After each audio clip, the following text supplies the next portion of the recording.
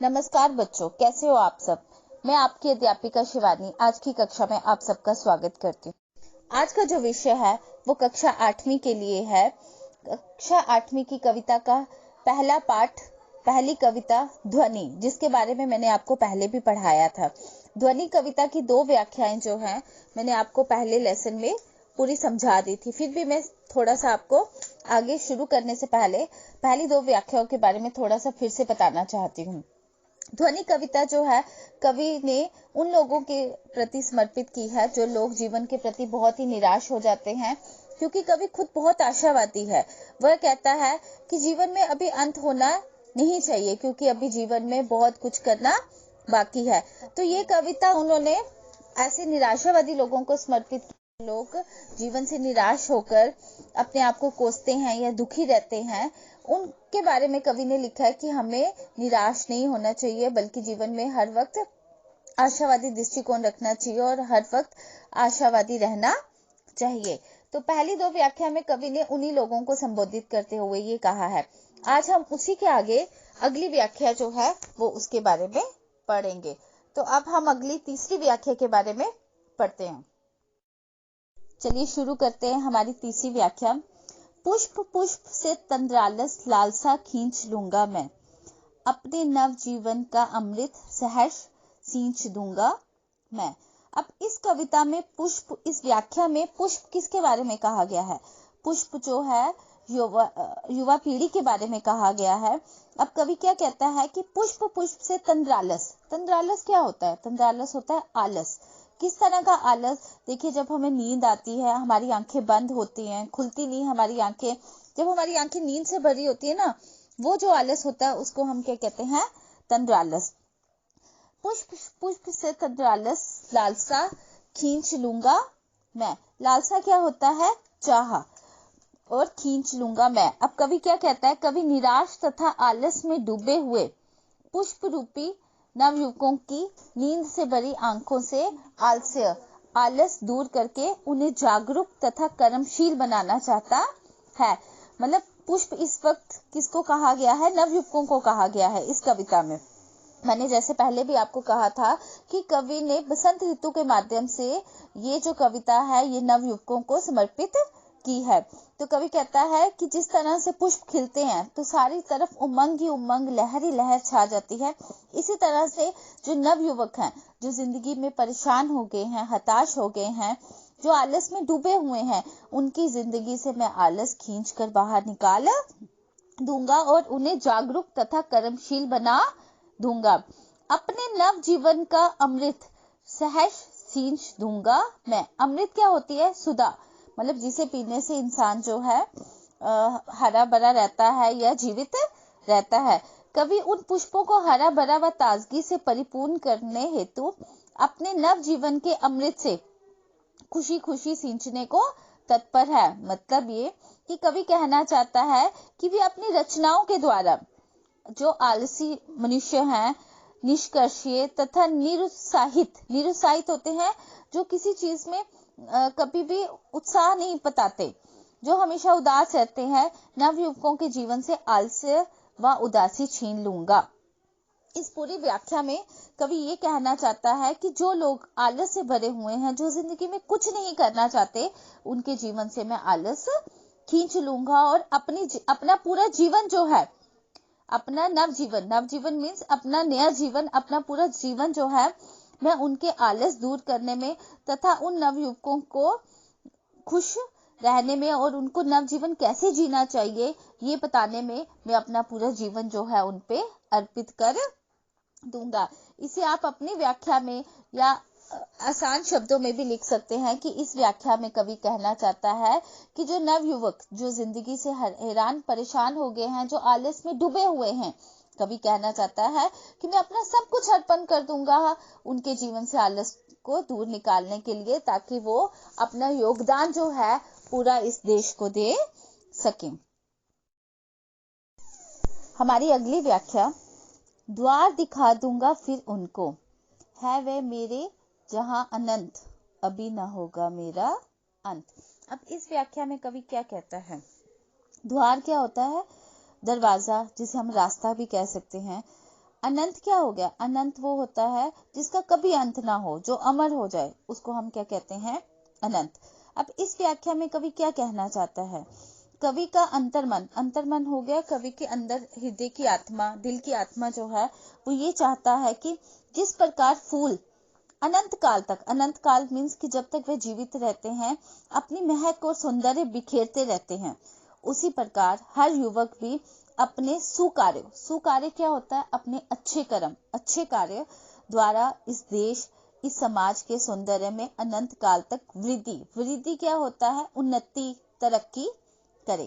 कहने का अर्थ ये है, कवि कहता है कि जिस तरह पुष्प जो हैं, फूल जो हैं, जब तक जीवित रहते हैं अपने अनंत काल तक, मरते दम तक जो है अपने सौंदर्य और महक से इस पृथ्वी प्रकृति को महकाते रहते हैं, उसी तरह युवकों को भी अपने अच्छे कामों से, अपने अच्छे कर्मों से इस देश को, इस समाज को अपना योगदान देना चाहिए। मतलब अनंत काल तक वो इस देश के लिए, समाज के लिए तरक्की करते रहें। जीवन में उमंग और आशा से पूर्ण कवि इन पुष्प रूपी नव युवकों को अपने जीवन का द्वार दिखा देना चाहता है। कहने का अर्थ ये है कि जीवन में उमंग क्या होता है? खुशी की लहर, और आशा क्या होता है? एक नई उम्मीद की किरण। आशा से पूर्ण कवि इन पुष्प रूपी नवयुवकों, मतलब यहाँ पे पुष्पों को नवयुवकों के साथ मिलाया गया है, नवयुवकों को अपने जीवन का द्वार दिखा देना चाहता है, जिससे फूलों के समान उनका जीवन भी महक उठे। कवि कहता है, कहने का अभिप्राय ये है कि मेरा बसंत रूपी जीवन का अभी अंत नहीं होगा। तो आप इसे अपने शब्दों में बहुत सरल भाषा में भी लिख सकते हैं कि द्वार दिखा दूंगा फिर उनको। कवि के कहने का अभिप्राय ये है इस व्याख्या में कि जो नवयुवक हैं, जो जिंदगी से हताश और निराश हो चुके हैं, मैं इनको उमंग की एक किरण दिखा दूंगा, मैं उनको जिंदगी जीने के नए द्वार दिखा दूंगा, नए रास्ते दिखा दूंगा, है वे मेरे यहाँ अनंत, ताकि वह अनंत काल तक इस देश में, इस देश की वृद्धि में अपना योगदान देते रहें और अपने अच्छे कर्मों से हमेशा उन्नति करते रहें। अभी ना होगा मेरा अंत। इसीलिए कवि कहना चाहता है कि अभी मेरे जीवन का अंत नहीं हो सकता, क्योंकि मुझे अभी अपने जीवन में बहुत कुछ करना है। तो ये थी इस कविता की 4 व्याख्याएं। 2 मैंने आपको पहले ही पढ़ा दी थी, 2 व्याख्याएं जो हैं वो मैंने आज आपको समझा दी हैं। तो ये व्याख्याएं जो हैं भावार्थ के साथ आपने जो है अपनी पुस्तिका पे लिखनी है। चलिए बच्चों, अब हम इसी कविता के प्रश्न उत्तर करते हैं। इस कविता का पहला प्रश्न, कवि को ऐसा विश्वास क्यों है कि अभी उसके जीवन का अंत नहीं होगा? देखिए, आपने इस पूरी कविता में ये सुना होगा कि कवि ने कितनी बार कहा है कि अभी मेरा अंत नहीं होगा, मेरा अंत नहीं होगा। कवि इतने विश्वास से क्यों कह रहा है कि अभी उसके जीवन का अंत नहीं होगा? चलिए आप उत्तर लिखते हैं।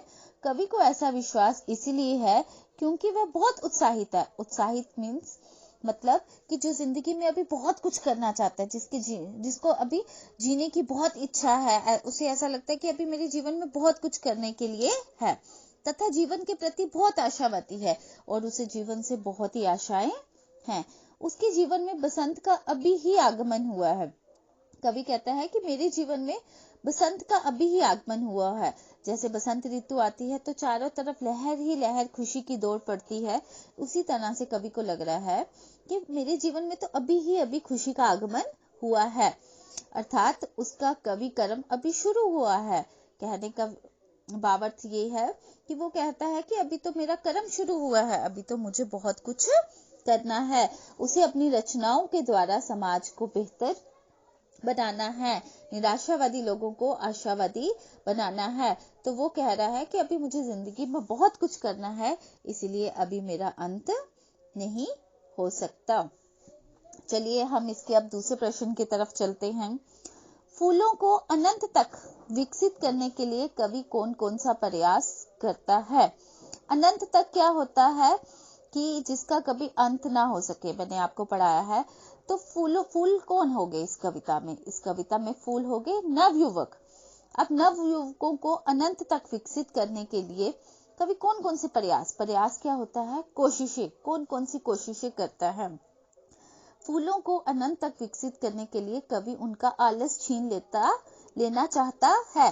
कवि चाहता है कि जो नवयुवकों में जो आलस है ना, सोए पड़े रहते हैं घर में, मैं इनकी जिंदगी से आलस छीन लेना चाहता हूँ, ताकि वो अपने, आपने पढ़ा है व्याख्या में, ताकि वो अपने अच्छे कर्मों द्वारा समाज में उन्नति कर सके और समाज की वृद्धि हो सके। उन्हें प्रेरित करना चाहता है तथा उन्हें अपना नव जीवन रूपी अमृत से सींचना चाहता है। वो चाहता है कि जितने भी नवयुवक जो निराश है, उन्हें जीवन के प्रति प्रेरित करना चाहता है तथा उन्हें नव जीवन, नए जीवन अमृत से सींचना चाहता है। मतलब उनके जीवन में नई उमंग और नई खुशियां लाना चाहता है, ताकि वो जीवन जीने की इच्छा को और प्रबल करे और अपनी सत्कर्मों से इस देश में नया योगदान दे। इसीलिए वो उनकी जिंदगी से वो आलस दूर करने का प्रयास करता है। चलिए बच्चों, अब हम तीसरा प्रश्न पढ़ते हैं। कवि पुष्पों की तंद्रा और आल से दूर हटाने के लिए क्या करना चाहता है। अब कवि इस प्रश्न में पूछ रहा है कि मैं पुष्पों की तंद्रा, पुष्प क्या हो गए, नवयुवक, उनके बीच में जो तंद्रा है, तंद्रा क्या होती है, नींद से बड़ा आलस हटाने के लिए क्या करना चाहता है। उत्तर है, कवि पुष्प किसके लिए कहा गया, नवयुवकों की तंद्रा होती है नींद और आलस दूर हटाने के लिए उन पर अपने स्वप्न होते हैं सुंदर तथा कोमल हाथ फेरकर उन्हें सुंदर प्रभात होती है सवेरा, सुबह का संदेश देना चाहता है।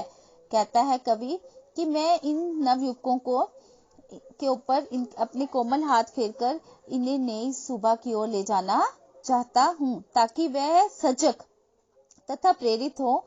वह अपने सुकर्म होता है, अपने अच्छे कर्मों से समाज में महक बिखेरते रहे।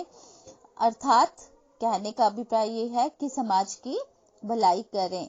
इस उत्तर में कवि यही चाहता है, आप इसे अपनी भाषा में भी लिख सकते हैं, सरल भाषा में आप ये भी लिख सकते हैं कि कवि जो है पुष्पों की, नवयुवकों की तंद्रा और आलस दूर हटाने के लिए अपने कोमल हाथ फेरकर उन्हें सुंदर सुबह का संदेश देना चाहता है, ताकि वह प्रेरित होकर अपने अच्छे कर्मों से इस संसार की भलाई कर सके और इस समाज में अपनी महक बिखेरते रहें। तो ये थे इस कविता के तीनों प्रश्न जो मैंने अभी आपको करवाए हैं।